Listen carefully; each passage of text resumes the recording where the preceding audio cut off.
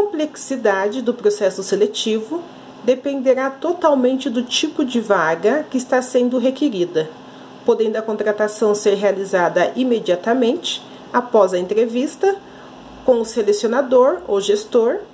Caso contrário, o processo seletivo terá continuidade. Tudo depende de como que corre a entrevista. Em alguns casos, antigamente acontecia muito isso, hoje já não acontece com tanta frequência. Fez a entrevista, gostou da pessoa, já contratava de imediato. Ou então, fazia entrevista, à tarde já ligava falando que a pessoa tinha passado na entrevista. Hoje ela está um pouco mais complexa, então passa por vários aspectos e às vezes demora-se 1, 2 semanas para poder dar um feedback para o candidato.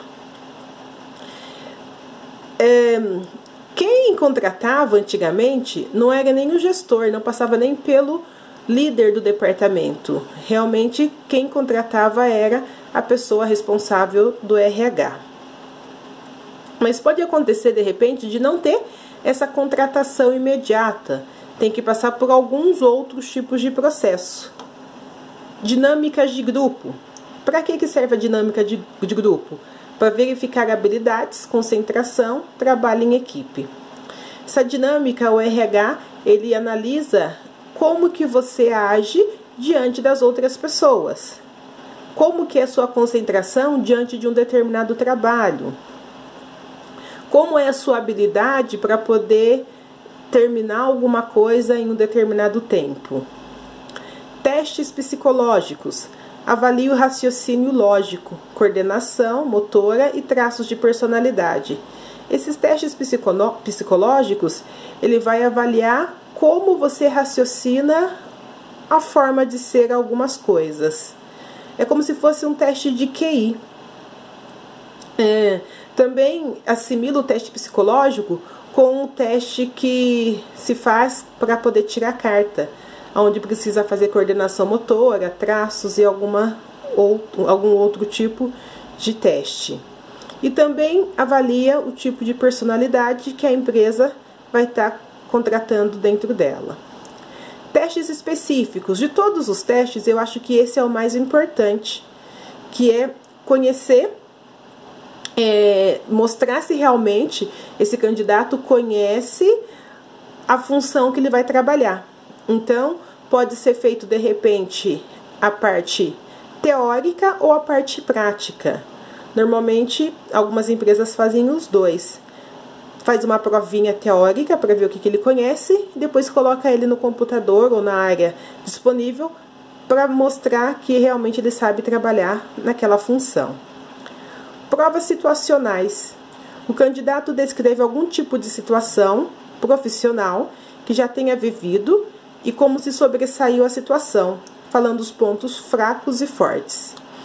Nessas provas situacionais, então as empresas pedem para você falar alguma situação que aconteceu na sua vida. Pode ser uma situação da vida ou pode ser uma situação profissional. E diante disso, psicólogo em RH vai analisar como é sua reação. Então, se de repente houver uma prova situacional, nunca conte coisas tristes, coisas que vocês achem que o RH vai ficar com dó pelo acontecido.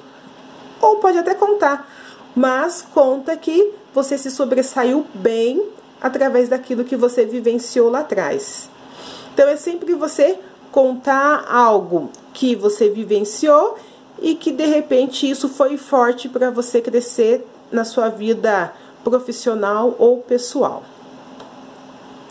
É importante focar que, por mais difícil que seja para o selecionador, todo o processo seletivo deve ser realizado em forma de eliminação. Digamos que é igual tipo Big Brother, tá, gente? Eu preciso focar nos meus candidatos.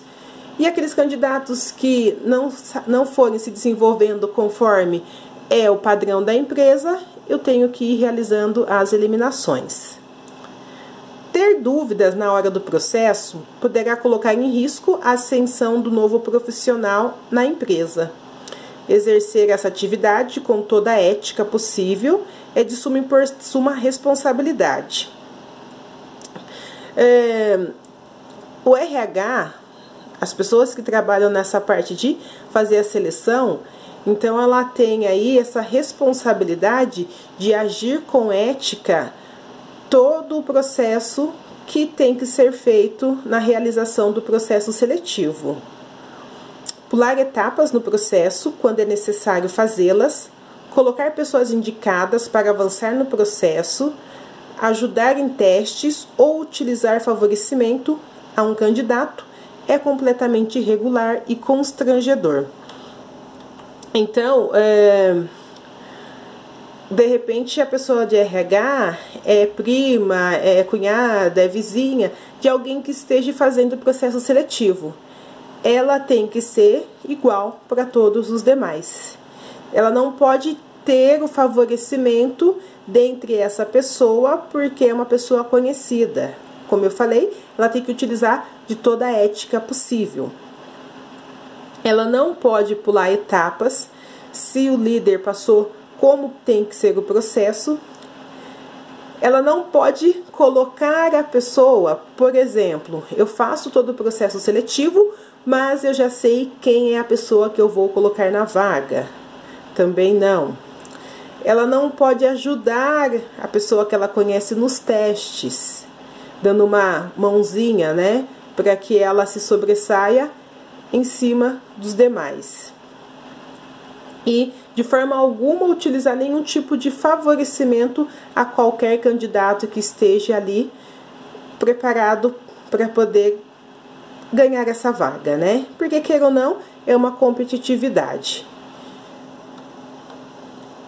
Outras informações para que o selecionador tenha um processo eficaz.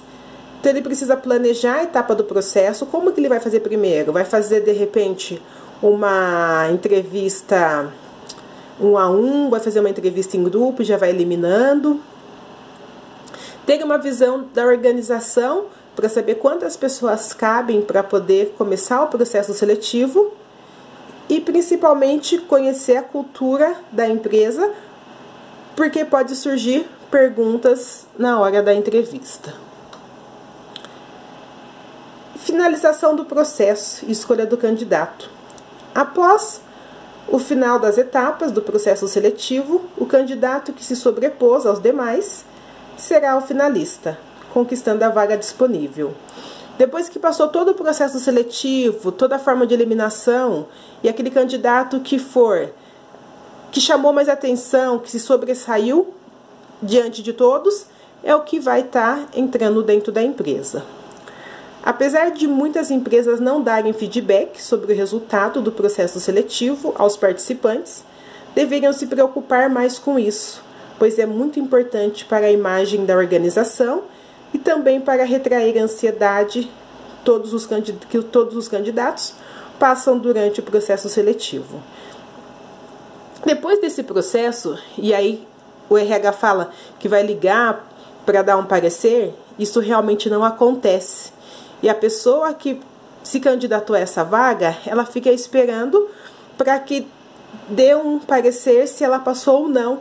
Isso pode, de repente, fazer com que ela até perca uma outra empresa, um outro processo seletivo, pelo fato de que ela está aguardando o feedback dessa empresa. É muito importante, até para que a empresa tenha aí algo positivo, né? Que as pessoas falem bem da empresa. Olha, eu não passei, mas eles me ligaram falando que em uma nova oportunidade eles entram em contato novamente. O não dar o feedback do resultado para os candidatos queima um pouquinho a imagem da empresa, porque fica aquele, eu vou te ligar daqui uma semana, de repente pode cair no esquecimento, mas o RH anota no caderninho para que, mesmo que ele não queira ligar por ter passado um tempo junto com o pré-candidato, passa para a recepcionista fazer a ligação, agradecer pelo candidato ter passado por esse processo seletivo, mas que uma outra oportunidade que a empresa tiver com certeza eles irão chamá-lo de novo para passar por esse processo seletivo. Isso é muito importante.